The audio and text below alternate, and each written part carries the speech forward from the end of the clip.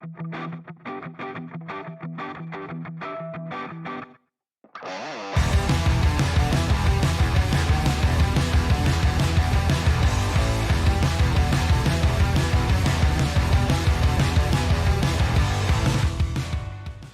good evening, everyone, and welcome to another edition of the Weekend Wrap, brought to you by CrowCast, of course. And what a fantastic night it is to be talking footy. And who else? Who else would we like to talk footy about than with Macca? How you going, Mac? Absolutely delighted to be here, Fiend, and to talk about what was possibly one of our greatest wins in recent years. It most certainly was. Before we get into proceedings, let's say hello to everyone who's joining us on the Discord chat and also on YouTube. Thanks very much for joining us tonight. It should be a big show. Don't forget we're interactive, so if you want to get around it and have your say, please feel free. There'll be plenty of opportunities to have your say and celebrate the win. Also, we will cover really quickly the rest of the round. We'll talk about our fantasy comp and our tipping comp and other stuff, Macca. There's just a plethora of things to talk about. Very educated there, Fiend, with the plethora. But yeah, let's roll. Very good. Well, before we get into the main event, why don't we talk about the weekend's results, Mac, real quick.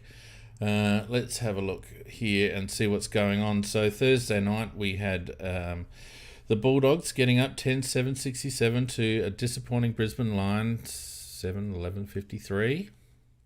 Yeah, a close game, but I didn't think it was a great game.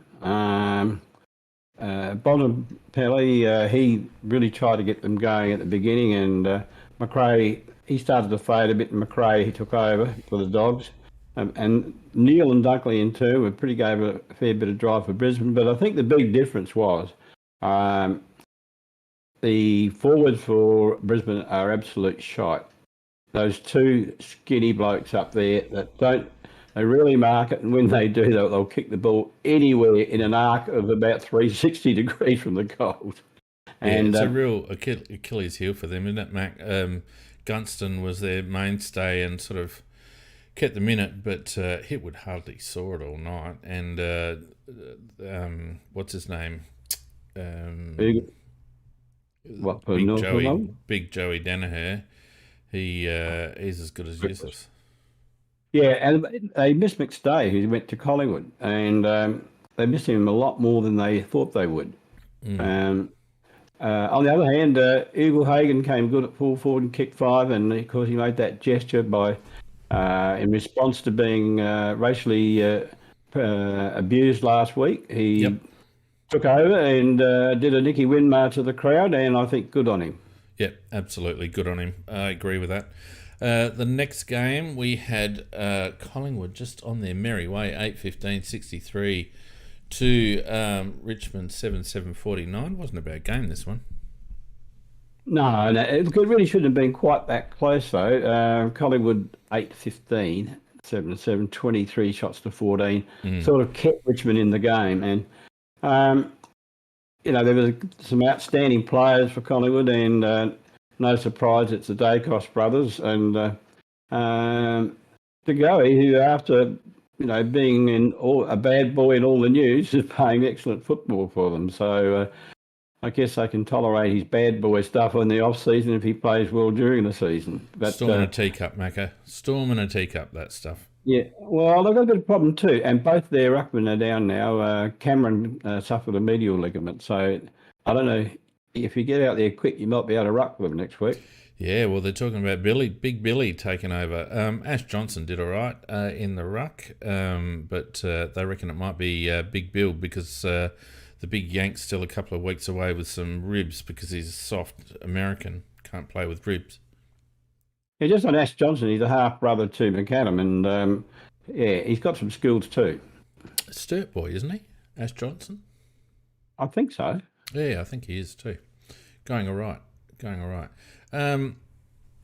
Hawthorn down in Tasmania getting up in the clash of the mentor and student. Hawthorn 11-14-80, North Melbourne 9-7-61. Didn't watch this one, mate, so I rely on your insight. Yeah, look, I saw bits and pieces of it. It was Hawthorn, they jumped them early and they just stayed that way. There were two outstanding players for them. Will Day, a South Australian boy. He's out of contract at the end of the season. Whether there'll be both us, ourselves and Port trying to get him back to come home. He is going to be a real gun. He started off as a half-back flanker. They've thrown him into the middle this year, and he just dominated. Really good player. Yeah, and like him a lot. Then the crazy guy down back, well, the fullback with Sicily, he played a superb game as well. Overall, just too good. Yeah. Yeah, I like Will Day a lot, and Ports don't have a lot of draft currency this year, Mac. They've already traded away their first rounder, so... first, second and third team. Yeah, interesting. Okay, in Sydney, we had the Giants going down to Carlton in a low-scoring affair. Carlton 9-20-74 to the Giants 9-10-64. Disappointing by the Giants, I thought. They usually are. So hot and cold, aren't they? God. Yeah, they are capable of playing some superb football because they do have some very, very talented footballers in there. Not every player in their side is fully talented. I think one of the things that really let them down, Newman at centre half back kept Reid down to 5 touches, and I think that was very, very significant in the game. Yep. Hogan's a bit of a spud, I reckon. I used to be a fan of his, but he just doesn't produce consistently, and they've gotten rid of a lot of their forward power. Himmelberg isn't really working for them, and he's sort of back and forward, and I don't think they know what to do with him, to be honest with you. And they just lack firepower up forward, in my opinion. Yeah, well, they do. Up until this point, Mac, my tips have gone really well.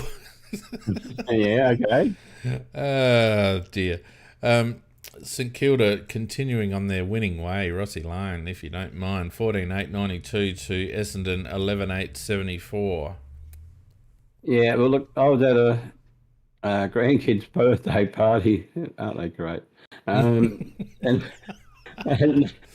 no bloody TV on, mate, so I can't really tell you much about the game. How rude. Yeah, that's what I thought too. Yeah. You had to do the social thing and all that. Yeah. But you got to say, Rossi Lyon must have something as a coach. He's certainly an impact coach, isn't he? He gets him going. I don't know whether he's a finisher. Well, there was a lad on the handball comp on the footy show today, and they asked him the impact that Lyon had. I forget the guy's name, he's out injured at the moment. But one thing he did say, which I thought was quite interesting, was that he has simplified everything. Simplified the game. And I think that's a key factor sometimes when you've got a team that is just struggling in that. You've just got to go back to basics and do the basics and the fundamentals well. And I reckon Lyon's got him doing that. Brad Crouch in particular is thriving under Ross Lyon. And, I still don't think they have the polish or the class to break into top 4 and be in real contention. But it just shows you what a decent coach will do in terms of straightening up a list. You summed it up well, Pete. Nothing to add. Oh, shit. Are we going to get along today? We're going to get along tonight? For a while. Oh, dear. And then today, just when you thought the Suns were dead in the water, they come up and beat Geelong 10-13-73 to Geelong 7-12-54. 19 points. The thing about this victory and this result and the reaction to it is that it shouldn't be a shock anymore. This is a shock result, but it shouldn't be. The Suns at home, full strength. Geelong a bit short of a gallop and down a couple of players. It shouldn't, it's a good result for the Suns, don't get me wrong, but you'd think that, the the sky had fallen the way everyone's reacting about it, and rightly so. But that shouldn't be the case this far into Gold Coast life. I'll say one thing though. It's to me, Geelong. Selwood retired. He was the heart and soul of Geelong, and he Agreed. was the one that created the intensity. And they, in the 3 defeats they've had so far, they are nowhere near as intense as they were last year. Agreed. And you know, Dangerwood's supposed to be setting that example now, but Dangerwood's well past his best. And Dangerfield, you mean? Oh, I said Dangerwood. Yeah. Well, I can bring out any old name. You've been drinking again? Is that what's going on? Only this afternoon. Right. This afternoon. It's only 4 or 5. Right. Yeah. Not much else to say apart from that, except that Lukosius finally came of age and kicked 5 goals and as a forward. And you know, when it was really mattered, he kicked goals at the end, and one was apparently a big booming 60-metre goal as well. So, but you are right. It is about time that they did produce results like this. But they've got to make that ground their own. They've got to make themselves hard to play at that ground. It's a big trip for teams to go up there. It's a different environment, a different weather pattern for most teams. Gold Coast should be taking advantage of that situation, and the blokes like Lukosius need to pick up this team and make it their own. And until they do, they're just going to continue to have these odd, good bits of form mixed in with ongoing mediocrity. So anyway, Melbourne getting up 21-8, 134 to the Swans 12-12, 84. I think it's only the third time in the last 20 years that Melbourne have beaten Sydney at the MCG. Well, that is an amazing stat because Melbourne are a quality, certainly in recent times, have been a quality team, and their quality players were really the difference too. When Oliver and Petrarca really shone, they really shone. And they had a new boy in. He's of the same sort of nationally background as yourself, Van Rugen. Dutch. Who said I'm Dutch? Just because my name's Dutch doesn't mean I'm Dutch.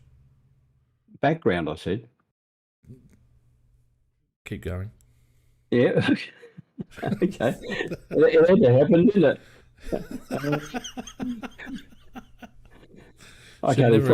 Should never assume, Macca. Van Ruyen. Right. Kicked 3 goals. Yeah, no, he kicked 3 goals. Yeah, 9 disposals, 6 tackles. Very good game for a first gamer. It must have been his Dutch background, Steve. Must have been his Dutch background. They're all a bunch of arseholes. Sorry about the And in the poor excuse for a rivalry over in the West, the Dockers 108 or 16-12 108 got up over the Weagles 9-13-67 after a tightish first half. Fremantle just got on top there. Yeah, well, Darcy was absolutely, because West Coast haven't got good ruckmen at the moment. No. And Darcy absolutely dominated the ruck over there, and the rest just fed off of him. And West Coast, on top of that, they had a lot of injuries coming into the game. They had injuries during the game. They are a good chance to lock in bottom. It's going to be out of them and Hawthorn for bottom. Oh, don't rule out the Suns. Now, we haven't been showing the ladder lately, so I thought I'd better show that. We've got St Kilda and Collingwood on top, 12 points apiece. Carlton on 10 points, 2 wins. 3 wins, 2.5 wins, I should say. Melbourne, Sydney, Essendon, North, and that's it on 2 wins. Richmond on a 1.5. That's the 8. Then we've got Freo, the Giants, the Crows, West Coast, Port, just about everyone else except Geelong. Geelong winless. When was the last time a reigning premier was winless after 3 rounds the following season, Mac? Well, I did see that. I think it was about 1978. Yeah, it's catastrophic, dare I say. Oh, delightful, I say. Oh, you didn't get the pun. Yeah, no, look, it's a very interesting situation for Geelong. But you know, it usually takes about 6 rounds to shake out, in my opinion. And teams are just sort of getting going. A few injuries, a few slow starts, etc. The team that has really disappointed me, and we'll move on in a second, but the team that's really disappointed me is Brisbane. They obviously felt the need for bolstering their forward line, which is why they got Gunston, and I think that was actually a good move in free agency. But he is getting on. He's only going to be able to give them 1 or 2 years, you would think. But as you say, Hipwood and Danaher, goodness me. And you watch McStay, who they got. Well, they actually got Gunston to come and fill McStay's spot. But you watch McStay play for Collingwood, and there's no comparison. Gunston's he's on the way out. Look, I don't rate McStay greatly. I don't think he's doing a lot for Collingwood apart from giving them another bloke up forward that has to be manned up on. His output isn't huge, but he's there and he's a presence, and therefore he takes a player, doesn't he? Well, when he's with Brisbane, he adds that different type of flavour rather than those two skinny tools. Yeah. So, and their midfield's not getting any younger either with Neil and Zorko and those boys. And, apart from Andrews down back, they struggle a little bit. So they could fall off a cliff really quickly, I reckon, Brisbane. Well, before we had any trial matches or anything, I was thinking Brisbane probably should be one of the teams that will rise this year with a couple of additions that they added into their team. But but the way they've played says no, they're not going to. Not at this stage. They're going to have to find some form. The lad for them that always disappoints me is Rayner. I think he could have been anything, but he's just so inconsistent. One of their first round picks. Yeah, he's got natural talent too. Oh, look, he's one of those blokes that you just look at sometimes when he's on song and think, wow, this guy's really something. But then he turns into nothing. Anyway, let's turn our attention to the game at hand, and it was Showdown, whatever number it is, and Port's home game, and the prison bars were out, and the bloody Never Tear Us Apart was out, and they even some idiot or bunch of idiots in the Eastern Stand even brought out a banner to put over Max Bashir's name on the grandstand and cover it with Bruce bloody Weber. So all that heritage, and they played like absolute shit. And Adelaide, playing with heart and playing with aggression and with a good system, rolled them 18 goals 9, 117, just too short of the magic number, Macca. Port Adelaide 13-8, 86, a convincing margin of 31 points. Yeah, just on that jumper and the heritage bullshit, not one of those Port players has ever played in that stupid bloody Guernsey at SAFL level. That Guernsey means nothing to those players. And yeah, go on, sorry. I think it's the most meaningless, useless thing, and the only thing I can put it down to of any benefit to Port Adelaide is the fact that I think they sold 1,000 of them or something like that, so they make some money out of marketing out of the dullards who are stupid enough to buy an SAFL jumper. From my point of view, they won a premiership in 2004, I think it was, wearing a certain Guernsey and certain colours, and I think they're actually putting that particular premiership to shame by not wearing the colours that they won a flag in, instead of this rag that they keep on insisting they want to wear. Macca, I couldn't agree with you more, mate. I was only thinking about this today, because, for those that are our era, we remember how Port were one of those teams that you just couldn't write off and all the rest of it, and they built that heritage not because of the jumper, but because of the way they played. They played it. That jumper means something for that era. Through the particular what I remember, certainly through the 70s, 80s, and 90s. where they were just a tough, ruthless team. It wasn't the jumper that made them a tough, ruthless team. It was the players that were in those jumpers. And they feel like they can put that Guernsey on and it is like armour or something. And I actually think, I 100% agree with you. I think they're doing themselves a disservice by not embracing their heritage. They sold that jumper, Mac, when they joined the AFL. They sold that jumper. And then they took it back because they wanted to grab hold of, 6,000 years of history. And I think it's actually counterproductive for them.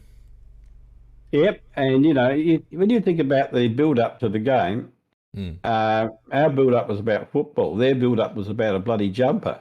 That's right. And it's just absolutely ridiculous. As I said, the 22 players, or plus 23 with the sub, none of them ever played in that bloody jumper anywhere, anytime. And they got to put on this stupid thing because Koshy wants to make a big point about it. If they concentrate on winning football matches, they might do better. They really need... I mean, how do they feel for the rest of the year when they put on their other jumper, their normal jumper? Do they feel somewhat inferior because they're not wearing the prison bars or the wharf pylons, I should say? I mean, it's just silly. They are wharf pylons. Yeah. Anyway, I totally agree. Enough about them, because what we did was play at the first four-quarter performance of the season for us.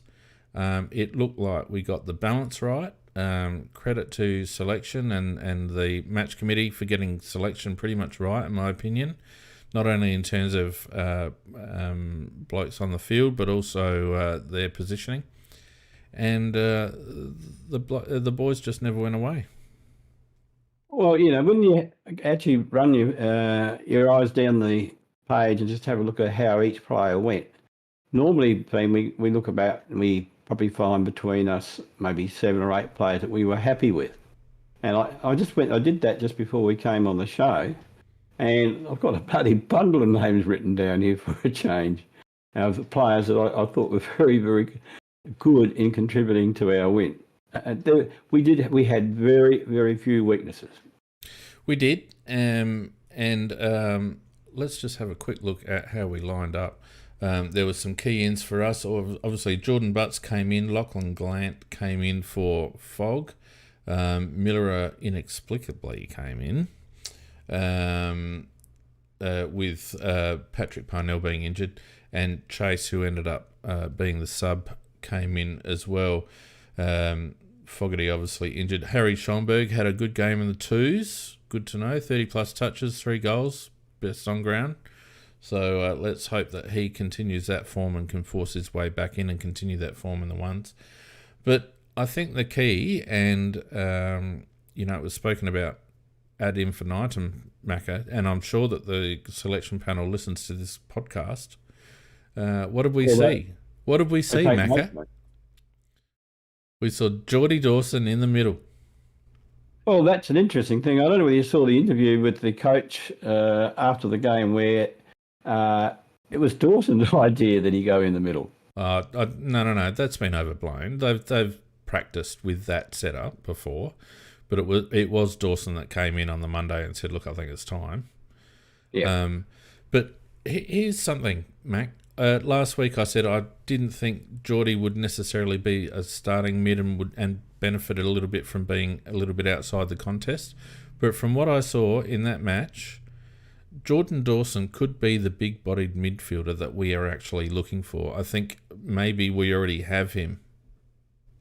It's an interesting thing because you really need 3 Dawsons because the guy is so good. He can play deep right on the last line. He can play just floating behind, as he can play on the ball. The guy is so good. He can play anywhere. He can play on the wing. He can play up forward. I mean, you look at some of the hard balls that he won, some of the hits he takes, and then he just keeps going. I mean, that was just an inspired move to bring Dawson back to Adelaide. What I enjoyed about his game was his ability to stand up and get through traffic, Macca, and this is why I'm thinking. You know who it reminded me of? It reminded me of Marcus Bontempelli. the way Geordie Dawson played in the midfield. His ability to keep his feet, to keep his arms free, to step through traffic and to find a teammate. Very, very Marcus Bontempelli, if you ask me. Yeah, very much so. But Marcus Bontempelli at his best.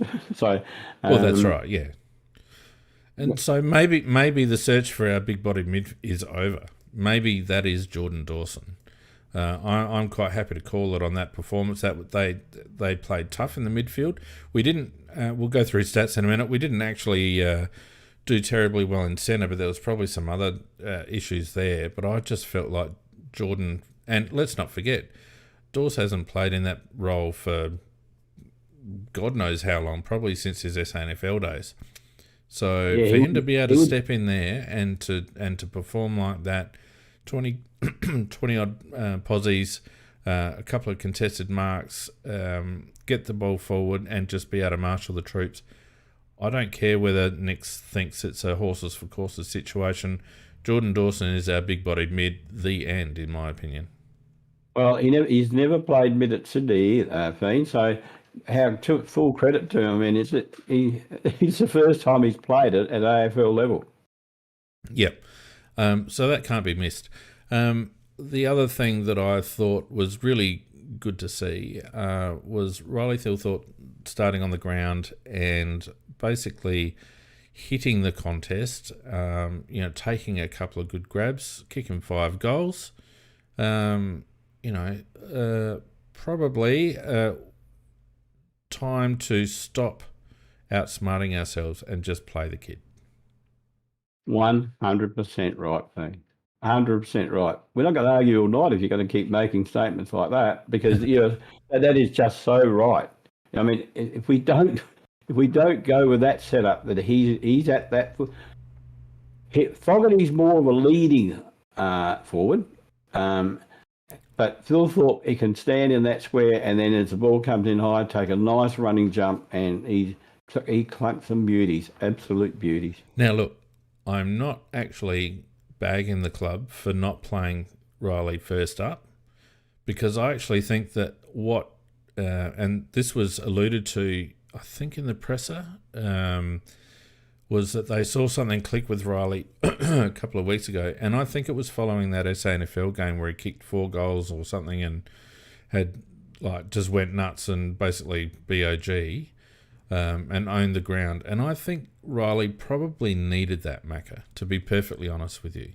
I think he needed a game where he could dominate. We haven't actually seen him dominate up until that point, and I think it put a bit of belief into him. So I'm not bagging the club for starting him off in the 2s, but on his performance yesterday, he now needs to stay in my opinion. 100% agree again, Pete. Oh, this is boring. I've got to find something you... It will happen. Don't worry. It will happen.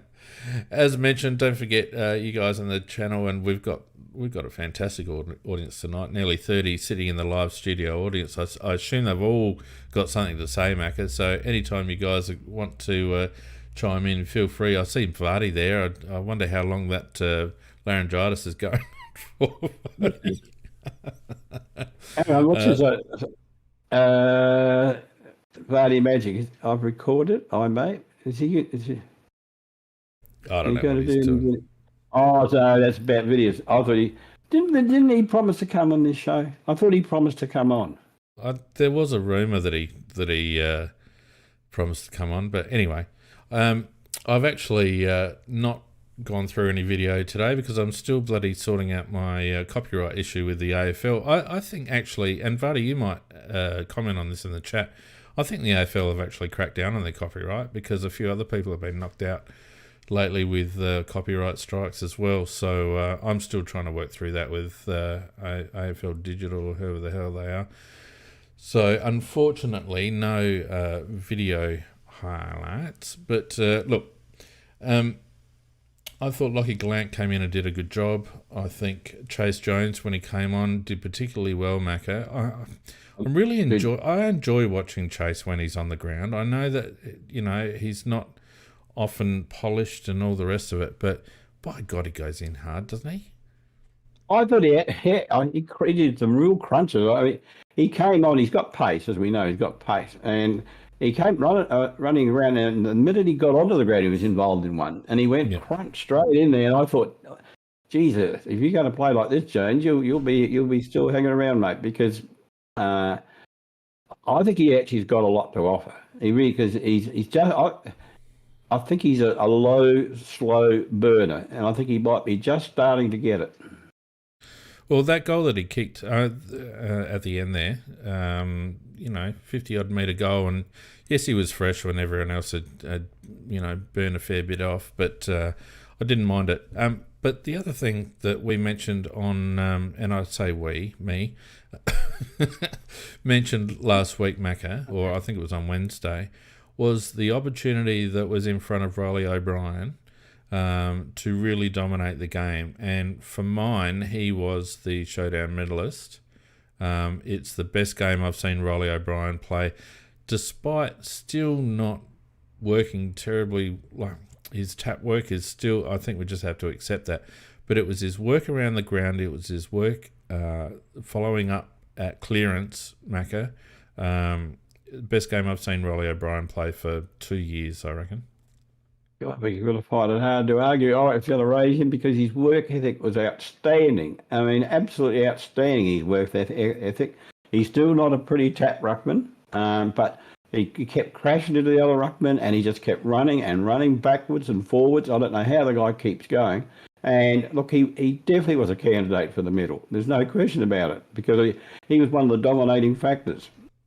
I think our midfield, and this is on Nathan Van Berlo, I think our midfield just have to understand that, and we've said it for ages, you've got to get in the right positions for O'Brien, and he's quite easy to read, because wherever he's facing, that's where the ball's going. That's 100% right. It doesn't matter where wherever he's facing, you've got to have one in front, and you've got to have one over his left shoulder. That's the end. That's his two moves. I think for a bit of humour, we could enter him into Dancing with the Stars feed. But look, aside from that, I've got to give credit where it's due. We've been pretty hard on Riley for good reason. And I've always said that I can forgive his tap work if he works around the ground. And Saturday night was exactly what I wanted to see from him. He took grabs. He was tough in the contest. He laid tackles.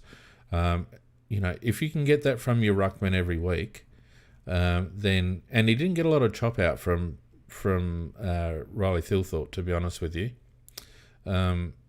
You'd be happy with that. No, look, if he played like that every week, we'd just have to be happy. Yeah. All right. Well, Macca, why don't we... Let me just see if I can get this together. Why don't we actually go through some statistics? Because we love a good statistic, don't we? All right. So I've actually... Sorry?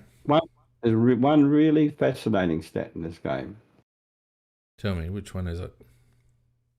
Our rotations. We only had 37 rotations. No. That's not right. That's an error. You reckon it's an error? Of course it's an error. Has to be an error. Because on the face of how they published it, it looks like we only used up half our rotation. Yeah, no. There's no way. There's no way we only had 37 rotations, mate. No way. All right, so let's have a look. And, in the interest of not getting a bloody copyright strike from the AFL, I've even had to do my own freaking graphs. Disposals were 332 to 297. Effective disposals 251 to 215. Effective kicks 155, 129. Macca, it's the first time this season I have seen, or season proper, I have seen us move the ball how we moved it in the pre-season.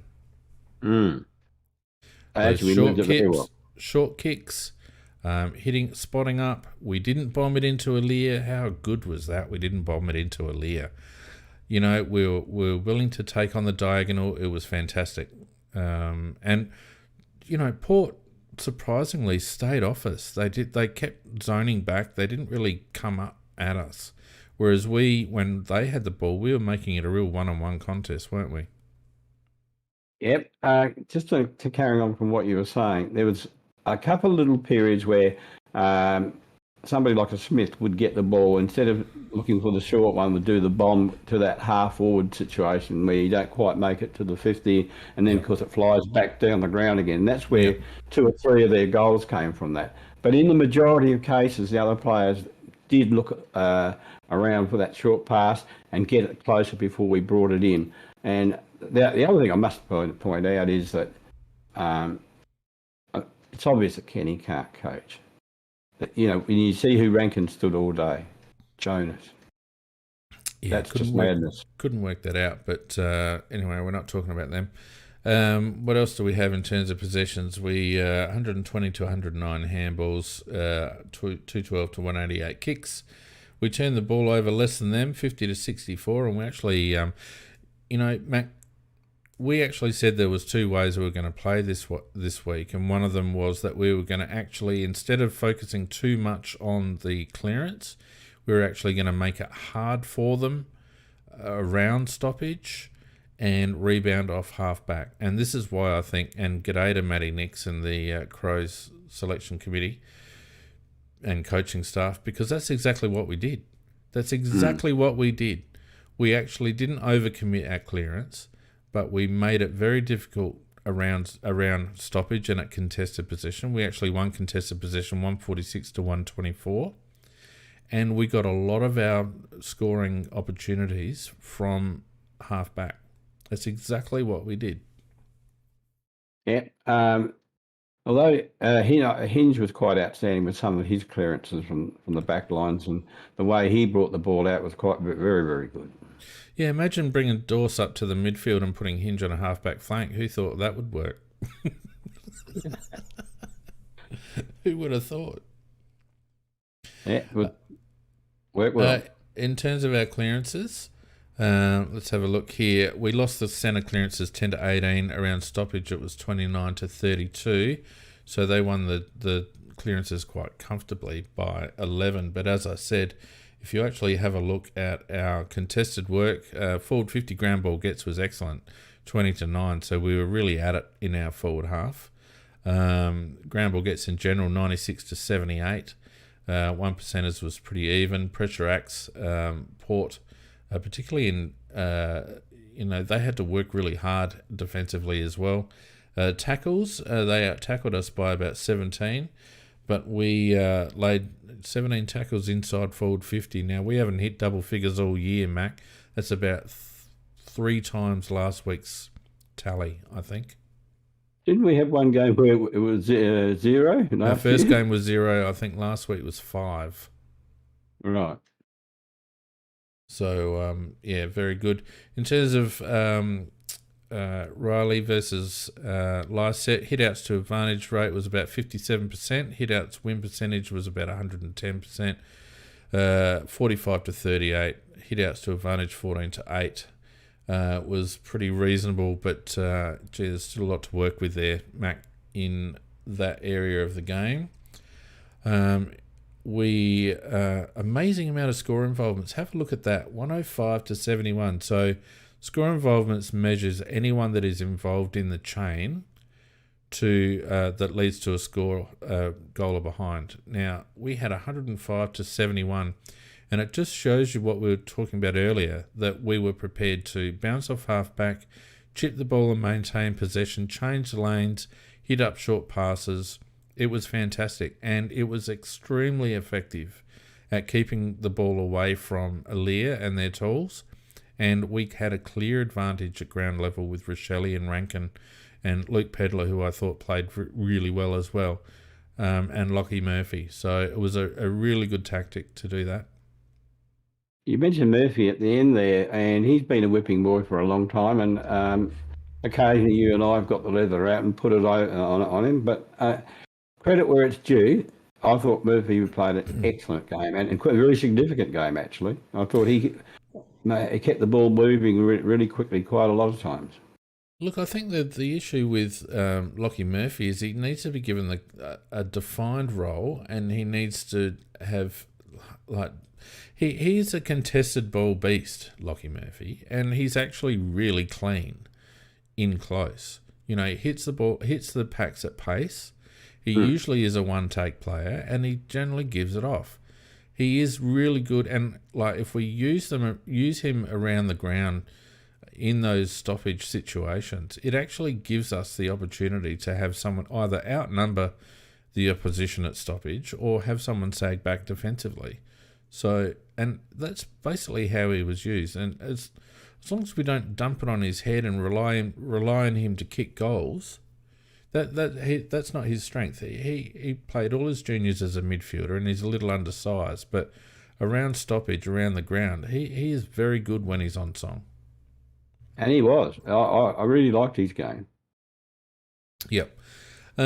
So what else can I pull out here? So the score involvements I thought was a real indicator of how we played. In terms of our marks, you'll see that bear out as well. We had 9 to 8 contested marks, but we had 88 to 63 marks in general, Macca. So again, that's indicative of the way we were kicking the ball through their setup, and on transition was very good. Defensively, we won 17 to 13 contested defensive one-on-ones.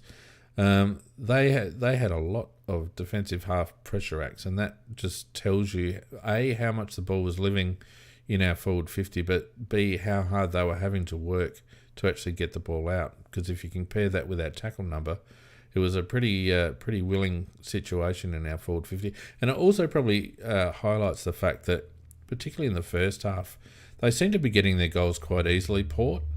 I think they had 5 scores from 10 inside 50s in the first quarter, something like that.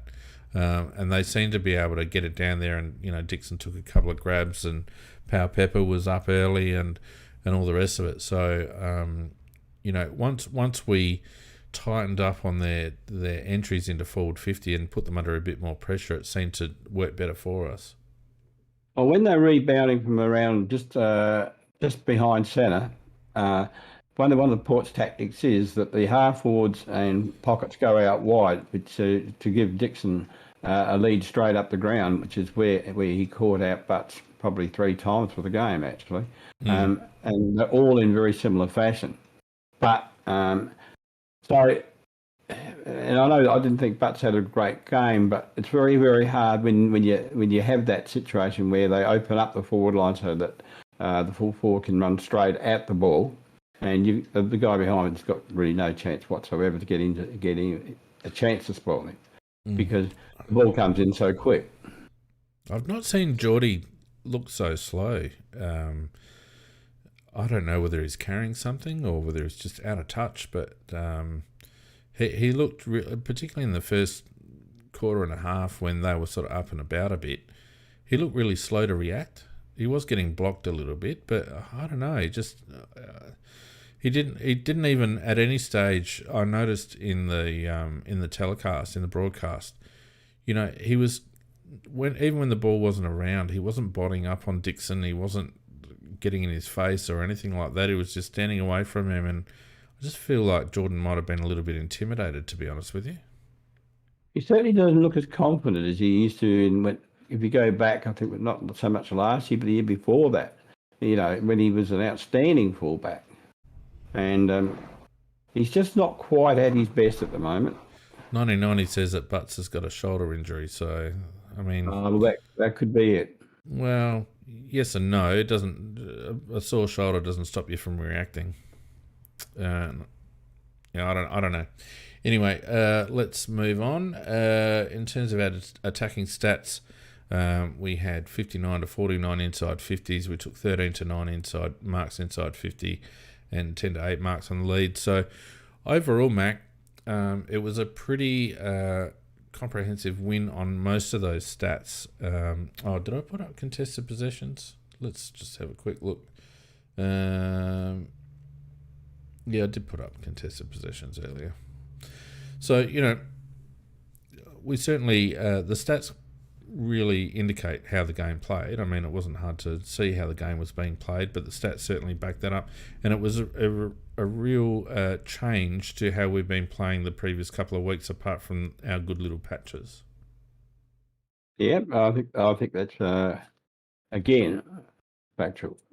They're just saying, somebody said in the chat that they're talking about Bart's. One said he's homesick, another one said he hasn't been the same since he had concussion. Well, actually, I don't know about the homesickness, but concussion thing's an interesting one, because he was developing into what I thought was a very good fullback, and at the moment he's only a moderate fullback. Yeah, yeah. I don't know what to make of it. I'd be interested to see if anything comes of it. Now, look, we also did pretty well. We need to mention that Sam Berry went off with a calf halfway through the game. I didn't think Bez was playing too badly. He wasn't getting his usual output, but he was in and around the place. But so we were down in the midfield rotations, and the bloke that I think stood up under those circumstances, Macca, was Rory Sloane. He attended a few centre bounces. He looked better than last week. He looked more mobile than last week. And I thought some of his possessions were pretty solid. Yeah, I've got the same comment down that, I mean, he was actually sort of limping last week. I mean, you and I doubted that he was 100% fit. But yeah. But I'll say this about Rory, that the longer the game went, the more significant he became to the team. So, I mean, it's probably that they came back to his pace rather than him increasing his pace. But by the same token, he played some excellent footy in the last quarter and a half in particular, when he was really needed.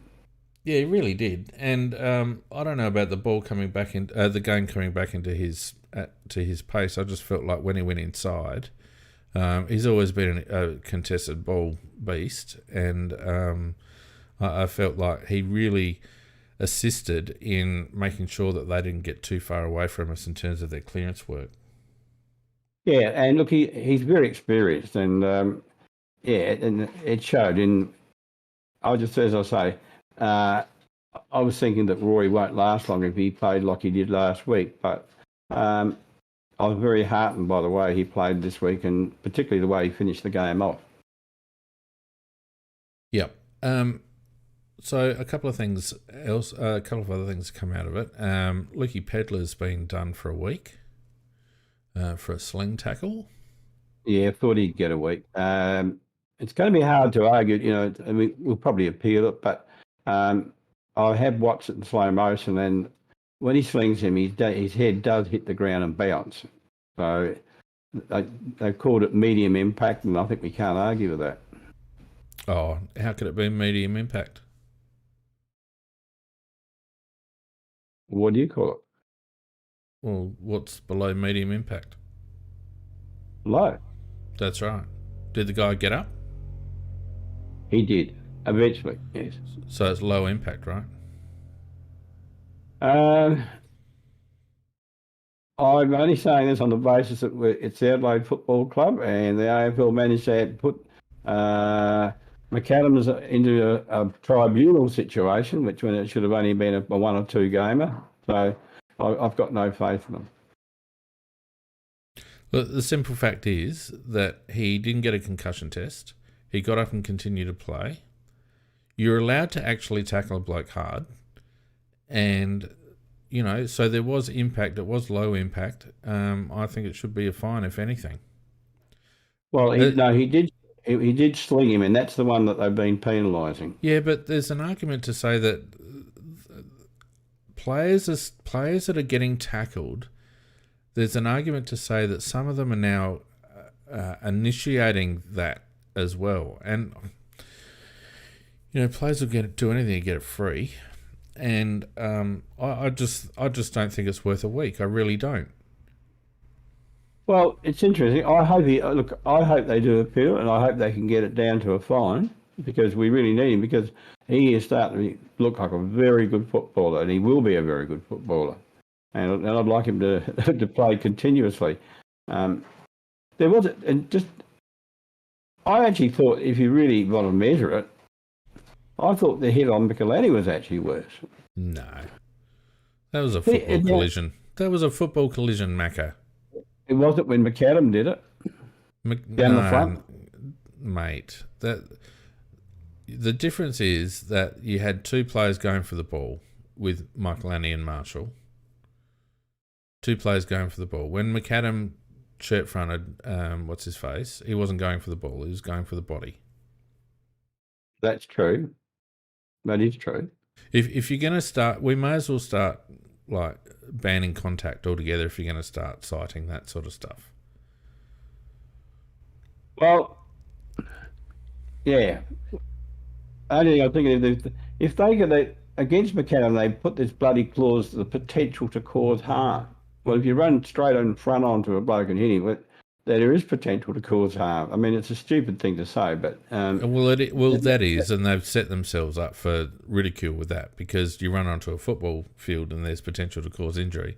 But I don't think you can stop. I mean, we saw the situation with McKay when he broke that lad's jaw.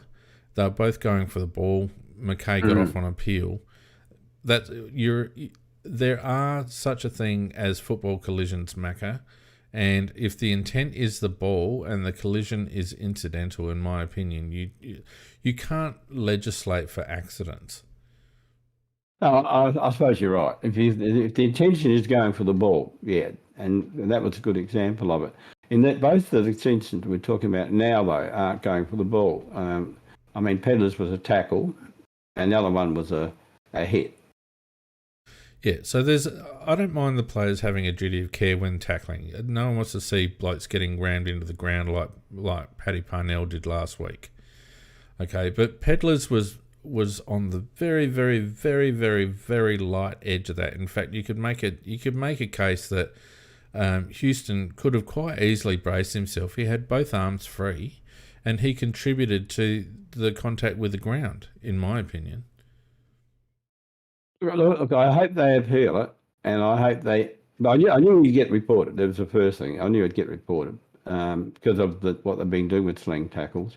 It's a question of how they see how much the impact was in terms of, and also whether that could have been avoided by the other guy being tackled. I can't remember about whether his arms were free or not. His arms were definitely free, Mac. I watched it again this afternoon. His arms were definitely free. It looks like that the one closest to the ground was free. Yeah, so why didn't he brace himself? That is one thing you could ask. I don't know. I hope he gets off because we need him. Yeah. Look, aside from that, I don't think there were any other injuries. Tex is carrying a groin, though, and I think they'll probably carry, unless it flares, I think they'll probably carry him through until Darcy's fit and then maybe do a bit of a swap there. I don't think Lockie Gallant did himself any harm with the game that he played, so he can stay in for Darcy in the meantime. But, you know, if Tex has to have a rest, then, it'll be interesting to see what they do there. Yeah, Gallant's shown... each time he's played against Port Adelaide, he's actually shown that he's right up to the standard. And I thought, he was quite useful. And I think the way you called it, I think is a good way to go. Yeah, I mean, if Tex has to have a break, I don't know whether you'd bring in a Himmelberg just for another tall, or whether you'd basically, because who we got next week? We got Freo. You'd almost decide to go small and maybe bring in a Toby Nankervis or not a Toby Nankervis, a Nankervis or someone like that just to play small, or a Zach Taylor to play small up forward and go in with a bit of a mosquito fleet.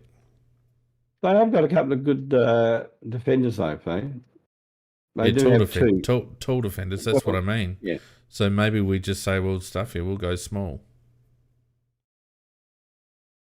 You could argue both ways, but I think that they'll probably try and make as little change as possible. No. I'm only talking about if Tex can't get up, Macca. Oh, okay. So, that's the wine probably kicking in, just stopping you from hearing that. No, that's all gone. I'm just trying to fire it up because it's been far too amicable tonight. Um, look, let's run through some individuals, shall we? And no, before we do that, Mick's been waiting. Let's bring Mick in because we always like to hear what Mick's got to say. And don't forget, all you guys in the chat there's over 25 of you there. So if you got something to say, now's the time to do it. Mick, how are you, sir? Yeah, good, thanks. Evening all. You're a bit Mick. quiet there, How's mate. things? What'd you say, Macca? I said, how's things, mate? Yeah, pretty good. Just, I can't understand how Pedler got a week for that. Hopefully the club will appeal, because that I watched that a couple of times. His head does not hit the ground, and his lower arm is free, and he was all groggy until he's offered the ball, and he just jumped off the ground like a bloody spring. So I think it's a lot of shit, personally. Yeah, I agree with you, mate. What's your overall take on it? The whole game, I mean. I think it played well. I think you can see what happens when we don't play in a sauna 1 week and the stuff the next week, Macca. Yep. Pretty much, I'm hoping that's, this is what we saw in the pre-season before we went and played in the tropics, and then couldn't back it up the week after that. But this is what we saw. Let's see what happens next week and the week after from now on. I'm willing to write off the first 2 games. As far as I was talking to a couple of people, I'm thinking, well, the first game was ridiculous heat. The second game we were cramping. Let's see what happens from this point onwards in the season. We can judge them on that. That's my thoughts anyway.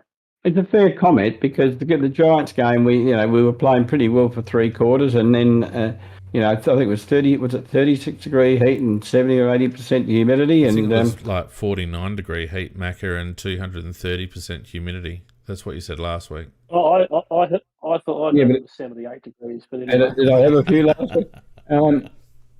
No, but there's no doubt about it. It really does sap the energy, and we had a 5-day break, and Richmond had an 8-day break, so we were always going to be in trouble towards the end of the game. And very hard, I think, to do that. And what you're saying, Mick, is quite right. I thought we played, relatively 4 quarters of good footy, and we need to do that every week to keep on winning games. Yeah. And this is what we judge them now on this game for the rest of the season. And if they can do it in this one, yeah, it's great. Let's do it in the showdown. We all love beating the Warpies. But let's see what we can do from, next week and the week after. If they can bring that effort, the intensity, and actually the game plan, if they can actually play to it, we will, win more games than we lose. Yeah, I think the other thing that was very, very satisfying, Mick, was the fact that a lot of our youth went very, very well. And when we're talking about youth with talent, the ones that are going to be around for the next 10 years, real very good base to add other players to end up eventually as a good side. Well, in my eyes, it's been the last, all of last season, and so far mostly, the 3 games that we've seen of this season, it's been our youth that's been winning us the games. It's not our senior players. Smithy's hopeless. Sloan played well this week, but last week, not so much. Tex, I reckon Tex has got a sore groin. Yeah. Well, obviously, because he can't move, like he's out there and he's trying, but you can see him limping. He can't got no lateral movement. He's playing injured, which is a good old Adelaide thing to do. Oh, he's 75%. Let's put him out there. Well, hang on a minute. Before you bag Adelaide for that, that's Darren Burgess's mantra. One of the things that he actually teaches players is how to play with injuries. And I've heard a couple of the blokes say, now who was it? Whether it was Saligo or one of those was saying how he had benefited from Burgess helping him through carrying injuries. So, you know, we have in the past played injured players, but I think it's incorrect to say it's just Adelaide doing Adelaide things, because that's actually something that Darren Burgess prides himself on. Yeah, I'm probably just judging him on the past thing because we've all seen it too many times. Yeah. But I'd be dropping Miller. I just see, he's got all the, the fancy footwork and stuff, but there's no hardness to him. Like, I don't think he laid a tackle, did he? Well, he might have laid one or two tackles, but he just doesn't seem to be defensive minded. I mean, he's just not. I just can't see it. Well, interestingly enough, Mick, I wrote down a heap of names of players that I was very happy with their game. His name's not in that list. He's the only one on the ground that I was disappointed in, to tell you the truth. He's the only one that I come away from the ground and I thought, come away from watching the game and thinking, I just don't see it with that one. I mean, the rest of the players, every single one of them put in something. But I just don't see it with Miller. Like, I don't know, he's got a long way to go. The only other one was Butts, who's not playing, and we've already done that topic, but who's not playing up to the standard that he can play. But, yeah, you go through all the other players around the ground, and Miller stands out as of the senior players, of the ones that are supposed to be very talented, who he probably gave us not too much.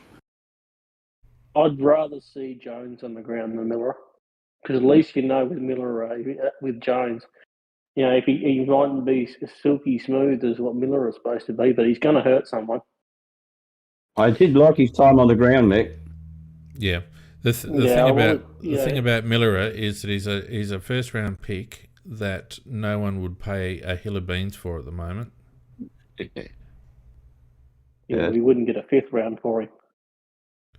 And that probably sums it up. And yes, he's had his knee and all the rest of it, and I understand that, but he's always been inconsistent even prior to that. And, the club shows a lot of faith in Junior. And I don't know whether halfback's his position. I like him running at the ball, but he's not a defender's backside. Maybe he's a wingman. Maybe he's a wingman, Mick. Maybe he's a wingman. Yeah, maybe. I don't know. Maybe. Well, I just don't want him anywhere near defence. That mark that Rioli took on him, like, he's just like, he's in front of me. He marked the ball. Like, there's no pressure. There's no intensity to try and then, you could body him under it. There's nothing. And the problem is he's shown that he doesn't play well up forward, and he doesn't play too well on the wing. So, look, in fairness to him, the one thing I would say about him is that because of all the injuries that he's had, he's never had great continuity of a string of games in a row. And but he does lack a bit of intensity.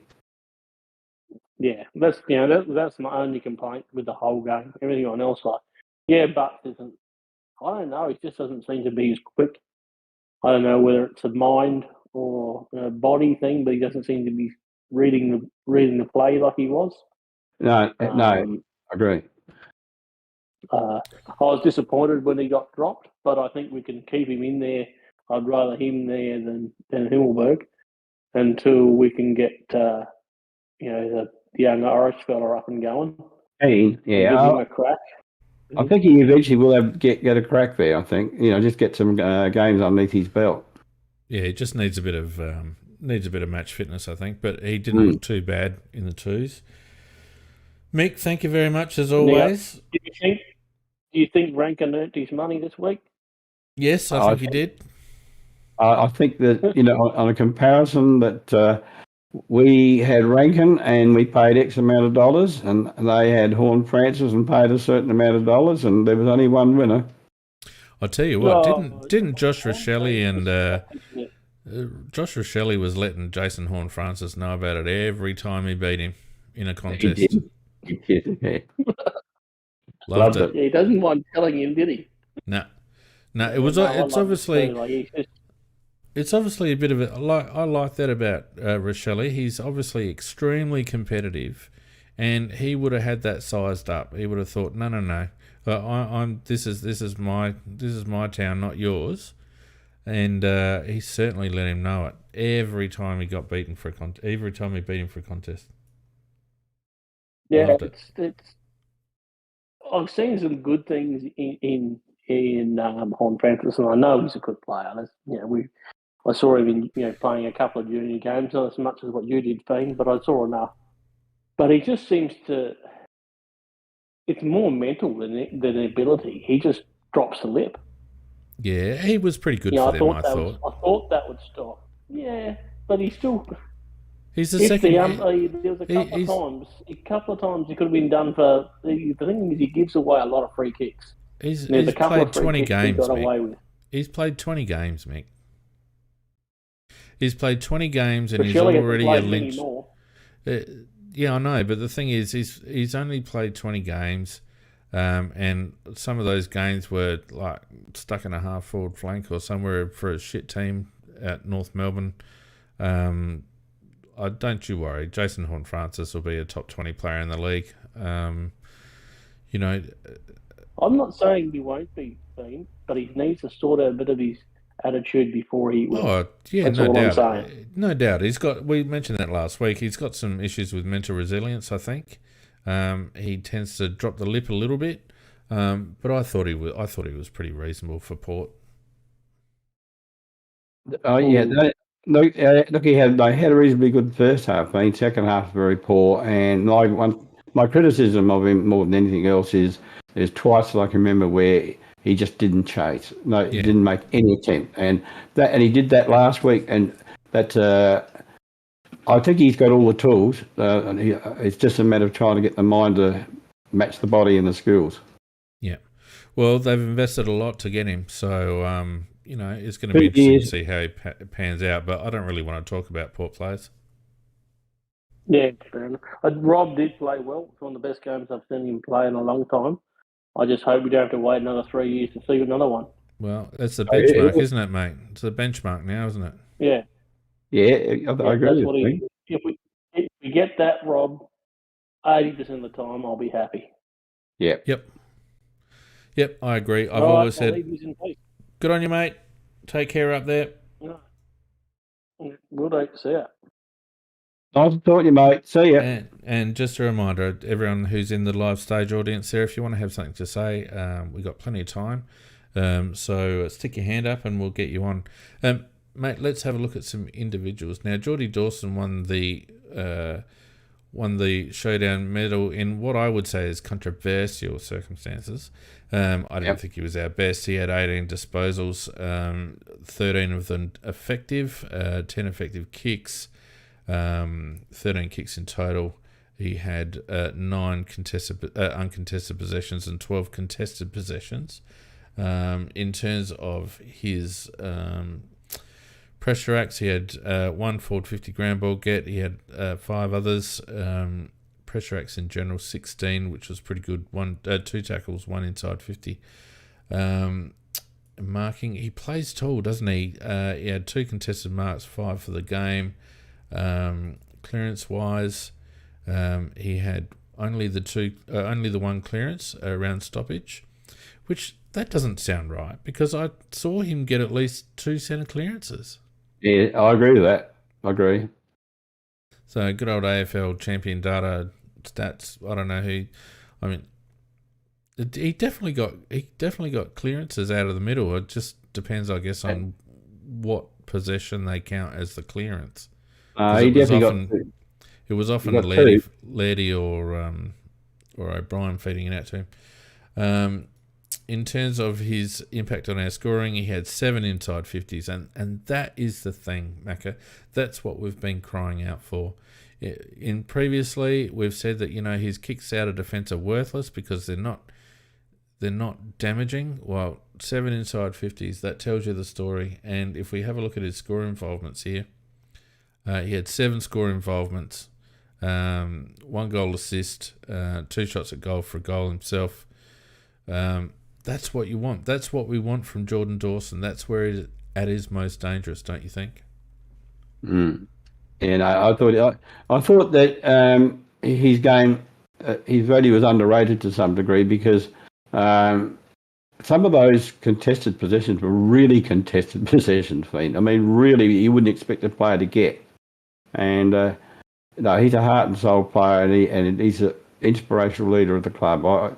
And it is good that he's around the play to inspire the players around him.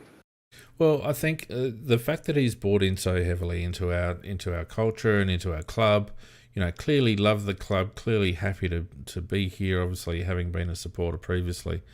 But he's got to be around the ball. At the very least, Macca, he's got to be higher up the ground. Got to remain higher up the ground. All right, now, Rory Laird, say what you like, but he's a bloody workhorse. 26 posies. He had, where'd my labels go here? What's that about? 17 effective disposals.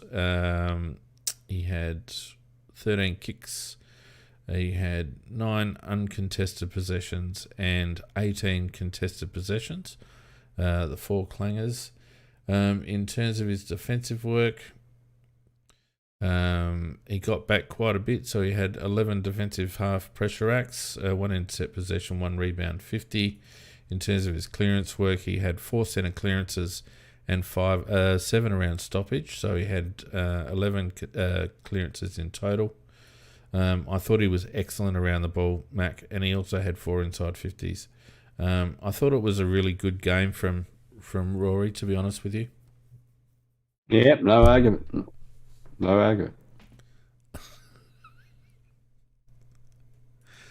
I don't pay you, but I do have you on just to say stuff, not just agree with me. Well, I'm actually a Laird fan because his work rate is enormous. It's too late now. You had your chance. All right, move on. Isaac Rankin, who was another contender for the Showdown medal, he had 17 disposals, 15 of which were effective, 10 kicks and 6 handballs. Uncontested possessions were at 9, contested possessions also at 9. In terms of his scoring, which is what he's in the team for, obviously kicked the 4 goals, but he also had 8 score involvements, and 4 from 4 is much better than the return he had against the Giants a couple of weeks ago. 2-5. Yeah, defensively, he got back 8 defensive half pressure acts and 2 intercept possessions. Did he do any work around clearance? He had 3 stoppage clearances, and always a danger around clearance, particularly in the forward half. He had 4 inside 50s, took 1 mark inside 50. And in terms of his scoring involvements, Mac, I already said that, he had 8. So, yeah, and his money. He could easily have been, he could have easily won the medal. He was a very significant player. Those 4 goals, plus one of those goals was just unbelievable. It just shows you the quality of the player. That one where, I think it was the last quarter, where it's thrown in somewhere between just slightly forward of half forward.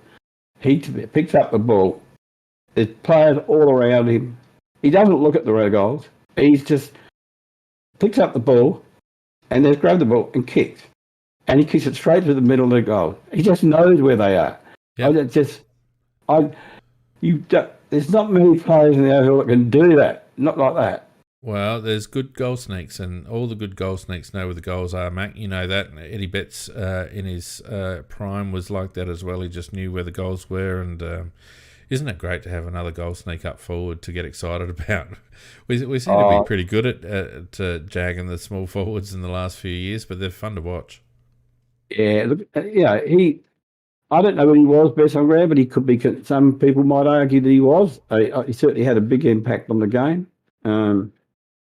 It's interesting who was the best player, because Dawson had his type of impact, Rankin had his type of impact, O'Brien had his type of impact. They're all different types of impact, by the way. And Philthorpe, his type of impact. They all totally different types of impact, but all of them could have been considered for being the best player on ground. Well, I'm telling you, the best stat for Isaac Rankin was the fact, and this completely nullifies anything that anyone wants to say about Isaac Rankin's work rate. Ran more Ks than anyone else on the ground. I think it was 15.6 kilometres he ran for the game. And no one can tell me that Isaac Rankin doesn't work hard, because that's hard work, 15.6 Ks. And stayed on the ground 100% of the time. So, and you got to love David King, who blew smoke up Isaac Rankin's ass all through the telecasts, and yet in the pre-season and during the trade period said that he wouldn't like Adelaide and he'd hate the crowds and we paying too much and Gold Coast were on a good thing and all the rest of it. David King has done a bigger backflip than an Olympic gymnast, quite honestly. You've been thinking about that one over the weekend. No, just sort of then. That was good. Yeah, well, David King, I think he shoots off at the mouth, and then as the season goes on, he regrets all these individual statements that he makes because he's wrong most of the time. Well, he had a big, chip on his shoulder regarding Horn Francis and all that sort of stuff, but he was dead set against us getting Rankin, and I think it's because he knew how much Rankin was going to help us. If he'd been going to a Victorian side, he would have said, "What a great addition!" Yeah, oh, absolutely. And yeah, as Jad says in the chat, King actually was the one that voted for Rankin in a game. So I think that basically shows you that King was trying to influence the situation against Adelaide and was actually not saying what he thought about Rankin, but was actually trying to pour water over the whole thing, because he's certainly giving him a big G now. Yeah, well, he was in the 98 side that we beat too. Yeah, I know, and he's never really gotten over that. Poor old David. Now, look, someone who hasn't really been mentioned much in dispatches, Macca, and I'll be interested in your thoughts on this guy, Benny Keys. He had 19 touches. Let me just put this up on the screen. 19 touches, only 11 of them effective. He only had the 5 effective kicks out of 11. Had 12 uncontested possessions, 6 contested possessions. I actually thought he played pretty well. He did. I did too. I think what I like about Keys, he's got massive work rate, and he's prepared to run and run and run. And he's not the most skillful player on the side, but I think his kicking is gradually improving. There's some of his passes actually even hit a chest these days, which is never used to happen in the past. But I think he's a guy that we can use in a lot of positions. We can use him on a half-forward flank. We can use him in the middle. We can actually get him, if we need to, I reckon we could even put him on a wing or something like that. But to me, I think he's a valuable player because he just adds something to the side in terms of work rate and efficiency, and it also takes a lot out of the opposition to try and keep up with him as well. I agree with you, Mac. I think he's a versatile player and he does add value by being able to pinch hit in the middle if we need something to toughen up there. I didn't notice his inefficiency by foot, to be honest with you. But there it is. Just while we're talking about Benny Keys, Mordot Sir has got his hand up, and so we're inviting him in. How you going, mate?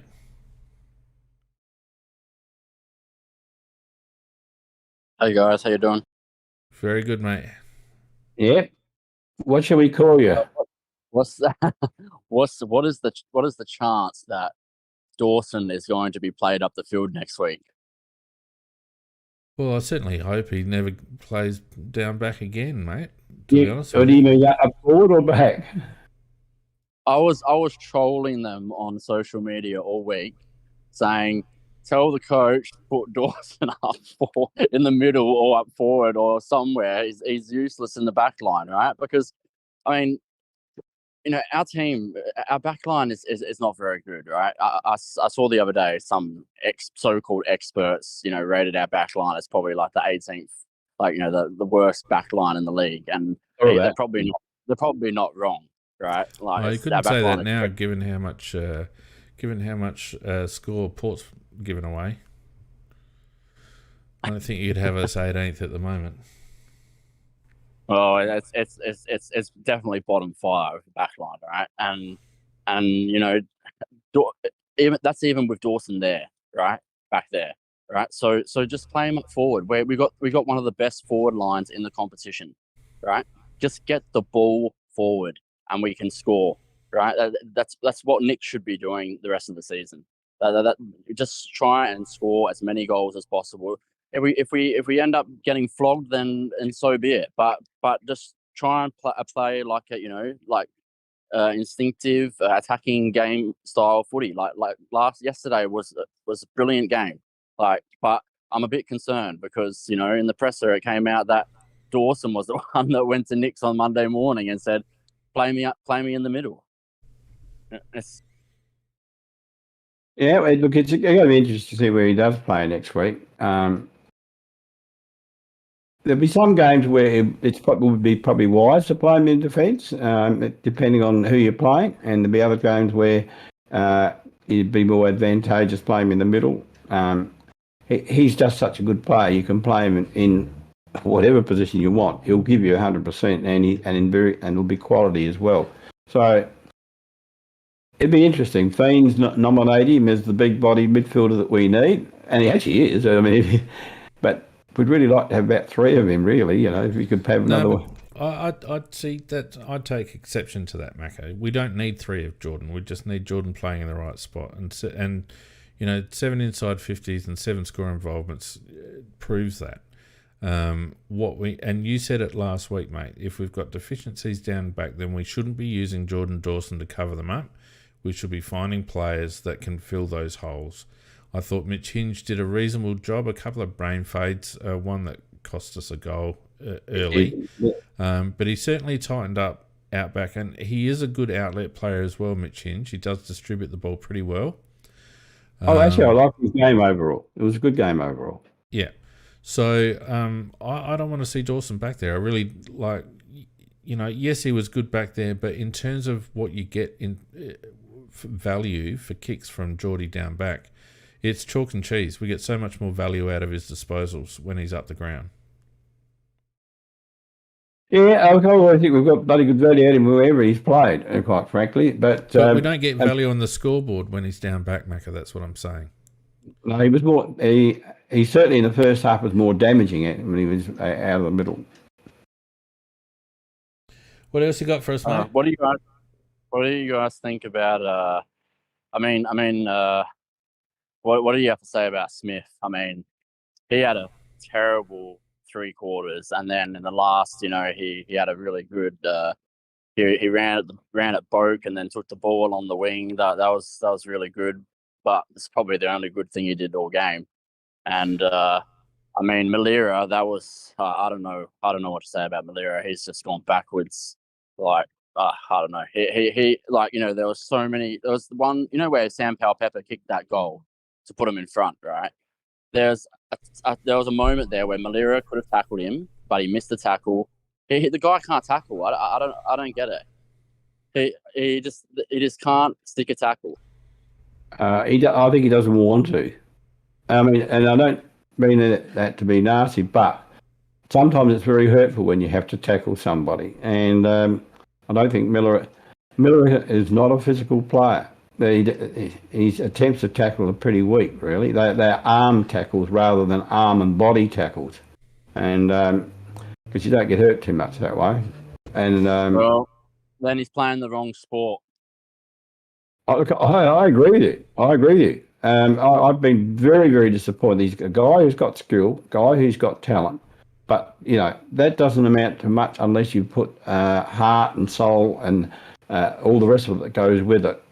Miller could be a very good player, but I don't think he's ever going to give. And look, he's had a lot of injuries which have not helped him to get some continuity. But having said that, you can't play like he does. Let your player be a little bit loose, and then when you tackle, just put one arm out trying to tackle. You got to really put the body and soul in it. He had Like 15 I think they've got to do something with him now. Like that, they like he's just not playing his role. So you either drop him or you got to throw him on the wing. Right, this probably suits his game style better. Throw him up on the wing like a few times a game, or put him in the middle. Right, like 15 disposals, 10 and 5, 8 effective kicks. He had 5 contested possessions and 8 uncontested possessions. In terms of his pressure acts, he had 4 ground ball gets, 1 percenter, 6 pressure acts, 1 tackle inside 50. Defensively, he had 1 contested defensive loss. He won 2 contested defensive one-on-ones, 4 defensive half pressure acts, 1 intercept mark, 2 intercept possessions, and 2 rebound 50s. For a running halfback that doesn't give you a lot of defensive work, the numbers that really concern me are the rebound 50s and the score involvements. He needs to actually be involved in more scoring chains. He only had 1 score launch for the game and 2 score involvements for the game. If you're going to play that style of a game, you've got to actually hurt the opposition going the other way, and that's what we're not getting from Miller. He's just not providing any. He's not difficult to play against, in my opinion. So just the last thing you are. Who's your ins and outs for next week? Assuming that Pedler doesn't get off, which is probably not gonna happen, right? He's not gonna get off. I'm pretty sure he's going to be suspended. Well, mate, you're going to have to listen to the end of the cast for that. We're not there yet. All right. So I think I'll give you my ins and outs. All right. Okay. Jones goes in to the 22. Okay. All right. Then Schoenberg is the sub, and then who's that? Berry goes out, right? And then who comes in for Berry? Do you bring Schoenberg in? Well, Schoenberg as a sub. Well, I mean, if you're going to replace Berry, you have to bring Shuey in. And then Pedler goes out. So who plays the Pedler?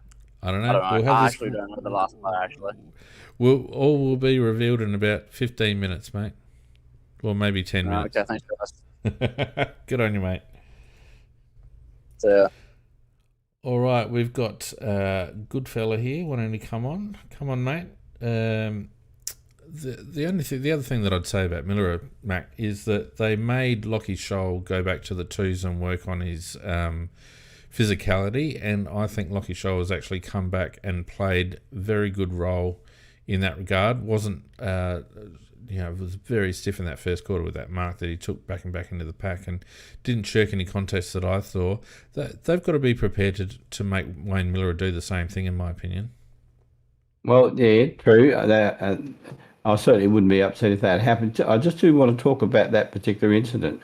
He had not taken one step off of his line. He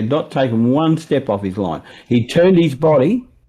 He turned his body, but he had not taken one step off his line. And how that player is allowed to stand right next to him and then to tackle him, I just can't believe it.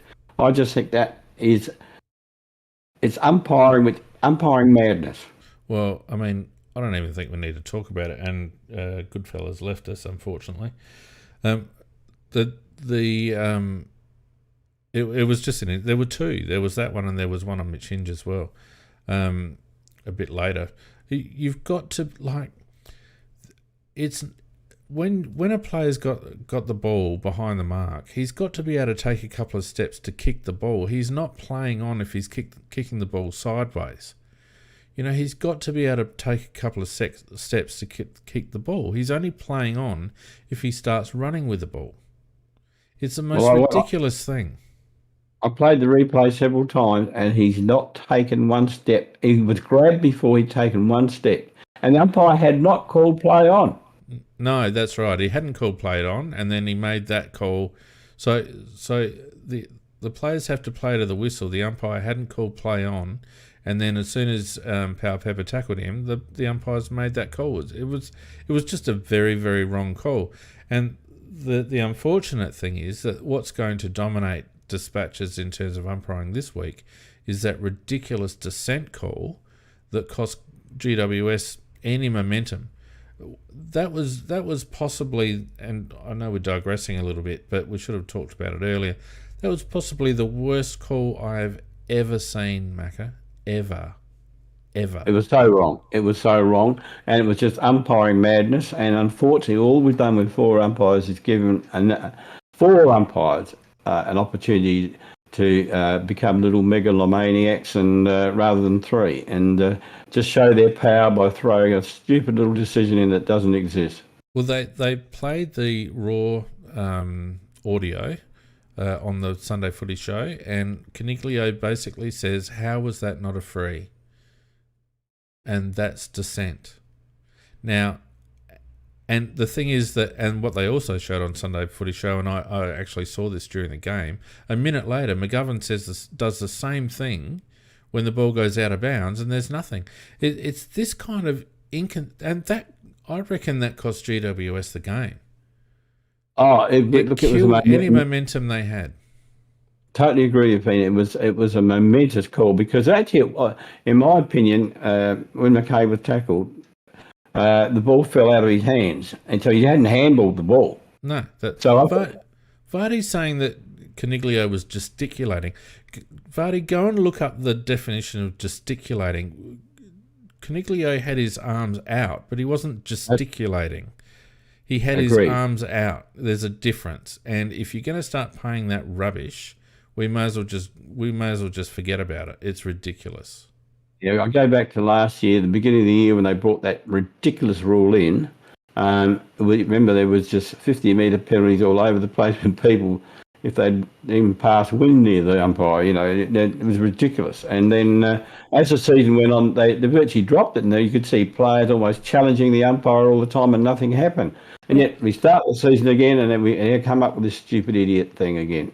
I've seen probably 20 incidences of players questioning decisions since the Caniglio one, and not one got paid.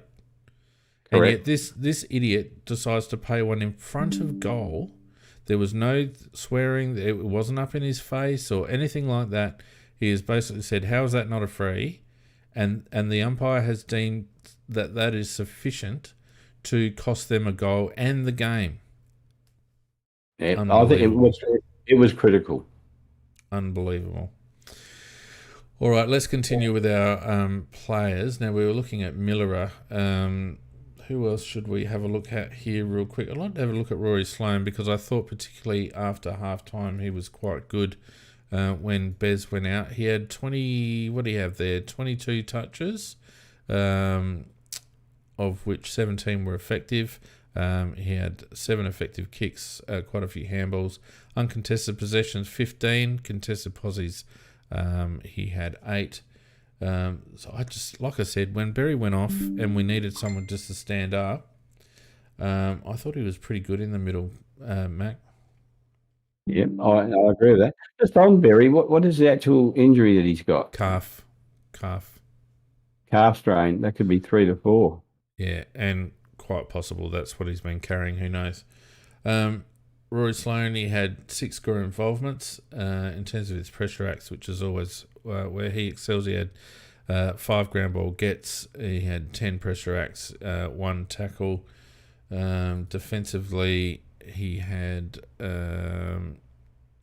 6 defensive half pressure hacks, 4 intercept possessions. In terms of his clearance work, 1 centre clearance and 3 around stoppage for a total of 4. I just thought it was a pretty good effort by Sloane. He looked like he was moving better. 5 inside 50s too, which is what you want from your midfield. So a pretty good effort overall by Rory. Yeah, and he does have that versatility that you can pop him into the middle, and he went in there 2 or 3 times and was very effective when he did. So it was a vastly improved performance on the previous week. Yep. Any others you want to have a look at before we move on, Mac? Yeah, Michelini. I just want to mention this boy. I just think Chris Dore, who's the Dore, or however his name pronounced, who's the draft expert. I've been having words and debate with him about. He rated Michelini as a poor choice because he said just a defensive backman. Now, if he watched that game on the weekend, he would have to eat his own words, but he won't because he's so up himself. You know, Chris isn't much of an expert. No, so-called expert then. He'd like to think of himself as an expert, but he's not an expert. I thought Michelini, for a guy playing his first game, he's playing in a showdown. I thought he played very well when he had his opportunity. He's got very good pace for his size, very good. And he can play on small players, he can play on tall players. And to take the hit that he did, which would have had you and I crying for about a month, I mean, the guy's got up and he come off and they... Mate, it was bloody Todd Marshall. If he ran into me, he'd be crying for a month. Well, I still wouldn't like to have it. Snapped him in half. Unfortunately, Michelini was the only bloke on the ground that was skinnier than him. Probably true. But I thought, he came off and then he had the courage to get back out there again and perform as he really should perform. Now, Firewalker makes a really good point, Macca, and it's starting to annoy me. The name is Michelini, not Michelini. Okay. Michelini. There's no K in it. Okay. Thank you. He had, 12 disposals, all effective, 10 of them kicks. He had, 7 uncontested possessions, 4 contested possessions. In terms of its pressure stats, Max Michelini, 2 ground ball gets, 2 1%ers. He had 7 pressure acts and 5 tackles. Defensively, 2 contested defensive one-on-ones, 6 defensive half pressure acts, 1 intercept mark. I thought he took a couple more actually. 5 intercept possessions. 4 rebound, 50s, and 2 spoils. Did he get involved in any scoring chains? Yeah, so he launched 3 scores and had 4 score involvements. Not bad from halfback. And he had 1 inside 50. Look, it was. I like him. The comparisons to Ben Hart are really good. I think he's probably not quite as dour as Ben was. I think. He can move the ball quite aggressively. Ben was a very good one-on-one defender. Max maybe has another 1 or 2 strings to his bow, in my opinion. Oh, I think he's going to develop into a very, very, very good player. He's going to be that really outstanding defender that we really want. And it's going to, he's only played 3 games.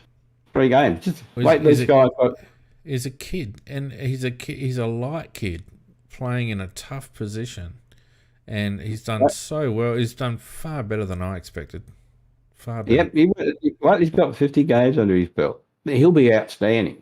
Yeah, I agree with that. And we should tip our hat to our good mate Peter J, who picked him a mile out, having had some involvement, and apparently his younger brother's not going too badly at the moment either. I don't know. There could be another one in the Michelini clan. I just sort of had to say it, see. Well, you had to say it because that's how you say it. Yeah. All right. Well, look, I think we've gone through enough players. Mordot Sir earlier was talking about the outs. Oh, we've got Goodfellow coming back here.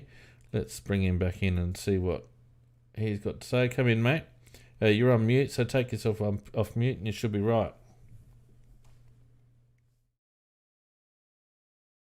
Or maybe stay on mute and we won't be able to hear you. There you go. There we go. How you going? Hey, fellas. Hey, mate. Yeah, not too bad. Just had a bit of microphone trouble there. The computer wasn't picking it up. Yeah, no problems. What do you got to say, mate? I was just thinking, this is more or less, to me, this has to be the line in the sand for both the coach and the team itself. That this game that we just played, obviously against Port Adelaide, but also the third quarter against Richmond. I agree with that. Has to kind of be the line in the sand. Yeah, it's the Like, we benchmark, can't isn't it, mate? Yeah, we can't really accept less than that. Or if it has to be, or if we do play less, then we at least have to be somewhat competitive. And, To you some know, extent, either up forward or down back. yeah, and last year, one of the things that we prided on was our ability to stay in games. And this year, we've got to, the goal is to add to that and actually win some. Mick was prepared to give away the first 2 games on, circumstances. I guess that's fair enough. But really, for the rest of the season now, this is the benchmark of how the team can play, because we put 4 quarters of good footy together, high intensity footy. We played smart. We played good structure, mate, it's not only the players that this is the benchmark for. I feel like it's also the coaching staff that it's the benchmark for, because it's probably the first game this season that I've felt that they've got things right. Oh, definitely. I mean, I was almost going to come on last week and just about berate the bloody club. Yeah. The way we played against Richmond. I mean, to an extent, it was almost reminding me of the 90s with like Modra, and then you can go back to the early days with like Hodges and Jamo, where it was one-man focus, especially towards the end in that last quarter last week. Yeah. Every kick was either two techs or in his direction, and all Richmond had to do was put an extra body there next to him, and the ball was either going out of bounds, going to ground, and they were just running away with it. Yep. Yeah, but this just shows the beauty of having Phil Thorpe up at full forward. That guy that, he's I don't know how tall he is. He's about 6'11" or something like that. He's actually a tad. I've seen him in person. I'm here in Port Augusta. He came here not long after the Tex Walker Aboriginal descent bloody gate and all that there stuff.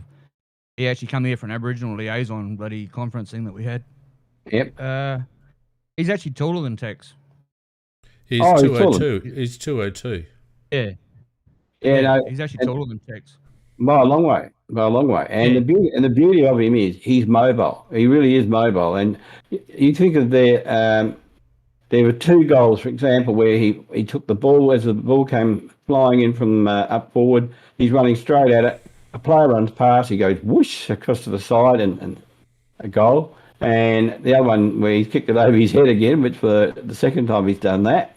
And that's slowly becoming his trademark, I think. It is. And no, I love Phil Thorpe as a player, and I think that Finn was quite right, putting him in the 2s, just sort of sharpened his mind up, sharpened his desire up, and now we're starting to see. The guy's got so much ability; he's got bags of it, and now we're starting to see it. And I think that if we want to see this every week, we've got to have a Phil Thorpe at full forward who can actually take that lovely high mark and then kick a goal. Most definitely. He can't have next week drop him to bring someone else in. He needs at least a good regular 3 to 4, maybe at most like 5 games now. Oh, he's just part of the team now, mate. In my opinion. Focus up. Yeah, that's what. That was another thing I was always with this current squad and the coaching thing is that. We used to do it sort of in the past as well, as we'd give a player a couple of games and then, he's not quite up standard, so we'd dump him, and then maybe you'd never even see him again. Or if you did, he'd be playing in a different position and the structure and that would sort of disappear. But the inconsistency was like with just dropping players. Oh, yeah, he played well. Yep, no worries. But they'd drop him next week because, Sloaney would come back or Tex would be back or, even back in the day, you'd bring, Hodges hasn't played well, I'll bring Modra in, and then, Well, it was like, not so much horses for courses, but always like, he's the star player of the club, so we've got to bring him back. Don't worry about this youngster. He's not going to quite, Yeah. Yeah, I know what you mean. It's always like, we give him a game. He done it right. Nah, we need this player back in because he's, Because he's the stalwart. Yeah. Yeah. We need to... Not so much get rid of him, but I mean, like Tex with this injury that he may have or doesn't have or whatever, whichever way they want to look at it, you could almost rest him now and leave, who was the other young fellow we had up forward there last night? Lockie Glant. Yeah, give him a few games now. Yeah, I agree. Try those two out as the new partnership until the 2 brick shithouses, pardon my language, can sort of, get their bodies back together again. I reckon Tex might be forced out next week. That groin didn't look too good, so we'll see how we go. Yeah, there was a few times there on the wing there where he sort of just got the ball and it's like, someone come near me, I can't kick this thing. Yeah, like, yeah, I'm gonna yeah. have to just hand it off. Yeah, couldn't move But sideways. yeah, no, long didn't have a time lot. listener. Yeah, no, long time listener, first time caller. Been waiting for something like this. I actually watch a lot of. I'm an English football supporter, so I'm a Man United supporter. Yeah. And yeah, waiting for something like this for the Crows or the AFL itself in general. Mate, Beautiful, mate. I'm a Man United supporter too. Not so good days at the moment, but they'll come back. Well, at least Liverpool got spanked last night. Mate, it's good to have. It's very similar with them. Like they wrote the first 2 games off. We got belted the first 2 games, and now look at us. You know, we're playing a lot better than what we have in the last 5 years. Well, I'm a West Ham supporter. I think we're battling relegation, aren't we? I haven't watched it for a while. Yeah, I think you might want to get rid of your coach. We had him for like, what was it, 9 months or something? Yeah, that'll be right. I haven't. Yeah, I don't want to talk soccer, mate. It's good to have a good new voice on here. So don't make your first time be your last time. Yeah, no, well done, mate. That's all right. I'll try and catch up with you next week. Good on you, mate. See ya. Yes. It's just that easy. It's just that easy to get on, Mac. And we have always had good interaction here. We got 20 to 30 in the chat here, or in the stage, not the chat. We got tons more in the chat. But anytime someone wants to come on and have something to say, it's always good value and good fun, and we love doing it. It's one of the things that makes our podcast a little bit unique. So keep them coming. Now, Mac. Mordot's asked about ins and outs. We kind of touched on it a bit, but for mine, I'm going to assume that Tex is out and Berry is out. So 2 forced changes. So I would be bringing in Schomburg for Berry, and I would be bringing in for Tex. I reckon I might try young Nankervis for just a bit of a left field thing, and then I'd also be heavily considering starting Chase on the ground with Miller either on the bench or as sub or left right out. Well, it's Schonberg for Berry, I think. Schomburg, mate. Sorry, Schomburg for Berry. I think that's a natural selection. I think. But Nankervis there, he hasn't been playing forward, so he's been playing the back line. So I don't care. No, I think that maybe we go just that little bit smaller, and we put Gallant at centre half forward. Right. Let him play. Let Gallant play at centre half forward. And we just put another small around him. Put some maybe Zach Taylor then for a debut off half forward. Well, whoever's been really shining. Leaky Pedler might be out. Might need another one. Yeah. Oh shit. Yeah. We are going to be looking for. Well, we've always got some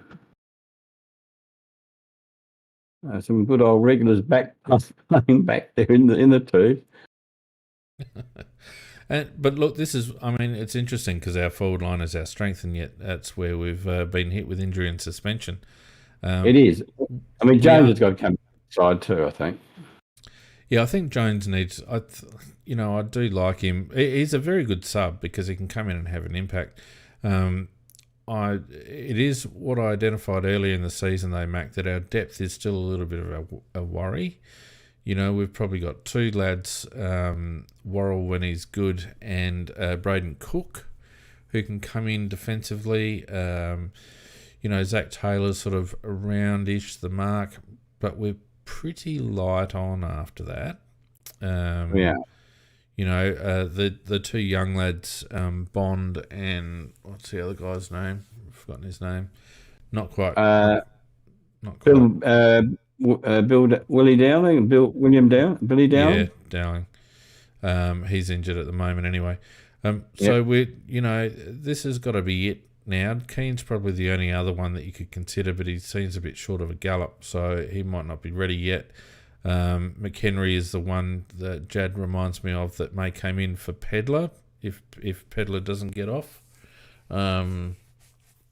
So, our forward line is, when you think about it, missing probably 4 first-choice players. Yeah, we don't, it's a pity. We've got a couple of injuries there, and if Pedler goes with that, that's at least 3 that top good, very good players. And that we're not talking about average players. Oh, we've got McAdam out as well, of course. Yeah, that's right. So, yeah. Yeah, so we're out. It's a good thing we have got some depth in the forward line because we've got no one left. Now, of course, we're playing Fremantle next week at Adelaide Oval on Saturday afternoon. And they've come off a reasonable-ish win, nothing to write home about against West Coast. The West Coast aren't going great, so certainly gettable Fremantle, in my opinion. Yeah, I think so. I think that Saligo and Keys could also fill in roles in the half forward line as well too, I think. And but we'd still have 20 plus or so. Yeah, but you bring Jones and he can cover up there on a wing or something like that, or in the back, or have turns through the middle as even, or even in the back line, whatever. Yeah, so put those nuts on the line, mate. Who are you going for next week? Oh, I think I'd be disappointed if we didn't win, and I'd be disappointed if we didn't win by 5-6 goals. So there's the showdown letdown. I'd be really disappointed if we wasted all that. This is my attitude. If you lose the next game, you're almost wasting the effort that you put in the game before. I think that's a very good way to look at it. So they've got to consolidate this win by taking on Fremantle and beating them. They need to play with the same level of intensity. I'm tipping us by about 4 or 5 goals. Yeah, I'm just going one more than you. Very good. All right, just before we wrap things up, let's have a quick look at the tipping comp. And I'm slowly moving up the ranks, Macca. Slowly moving up the ranks. 5 on the weekend. Crotato had 7. He's out in front on 17. John A also had 7. He's on 16 with Baxter. A couple just dropping off a little bit. Brad M only had 3. He's dropped back down to 14. J Mac also on 14. And here's Phoenix just bobbing up with a lazy 5 up to 13. Gotten in front of Crow's Girl, which is always a good thing. Crow's Girl only had 3. And she'll hear about that tomorrow morning. Further down, Scoot, disappointing 3. 1990, an extremely disappointing 2, Matt. An extremely disappointing 2 from 1990. I expected better. I must say I was tipped, mate. I must admit, no. Nobody asked you. No, nobody asked you. You're not in our comp. We're not talking about you, right? Nobody asked you at all. Pardon me for breathing. Good. Now, in terms of fantasy footy, what happened in fantasy footy? I think I might have got done. I did get done. Bloody hell. Super Christian bastard did me by 100.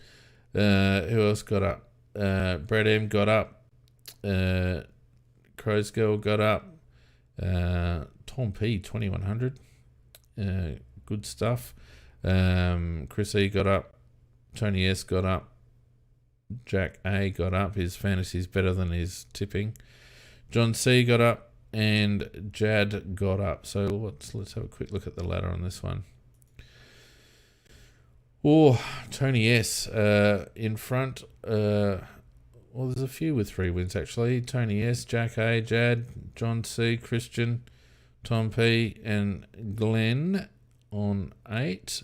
Mix on 4 with me and Matt M and Chris E and Brad M and Nicky and Mark B. And then we've got 4 yet to open their account. Tom C, ING, Dulla, and Chris S. So, a bit to play for, but I feel like I'm just falling off the mark, Mac. I only had, what did I have?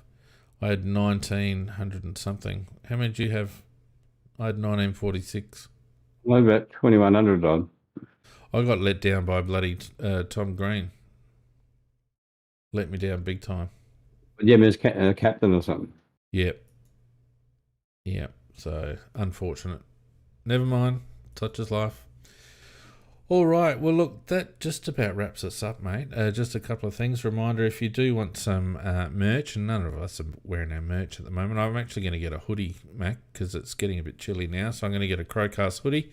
I think they're $50 on the website. So go to aflcrowcast.com and check out the merch. There's some good stuff going on, and if you do want something personalised, you can touch base with me, and I'm happy to put something together for you. Don't forget, if you are watching on YouTube, subscribe. Please subscribe. We're going really well on YouTube, Mac, but the more subscriptions, the better.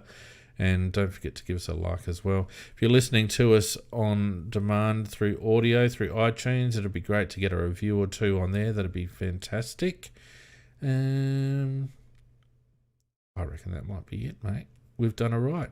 I'd just like to say, touch wood, not one technical hitch. Not one technical hitch. Yeah, it wasn't a good show in that respect, Fiend. I feel like I've let everyone down. Yeah, but normally there's 3 pages of the criticism of the technical stuff. So, I mean, we've let. Sorry, guys, we've let you down. Yeah, we'll be back with some technical hitches next week. The one when you get one glitch free, that just means you've got 2 coming up.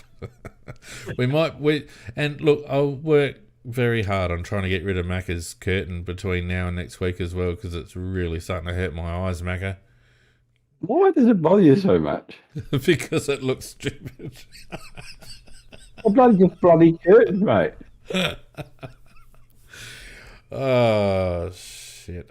Anyway, look, very happy with the weekend's results. Very happy to have had everyone along with us tonight. It's been really fun and a good chat. Thanks to those who participated on the live chat. Macca, we will see you next week. Yeah, just last comment is I saw 90 said we need more arguments next week. Well, we'll probably go sit out and we'll probably have something to go argue about. But yeah, it was a bit hard tonight to argue. Yeah, you can't argue when everyone's on the same page, but don't worry, there'll be plenty more. I'll guarantee. All right, thanks everyone for joining us. Everyone take care during the week. Short week this week, and will we have a cast on Easter, Mac? I guess we will. Yeah, normal time next Sunday. Until then, stay safe, be good, and see you then. Yeah, good night all. Night all.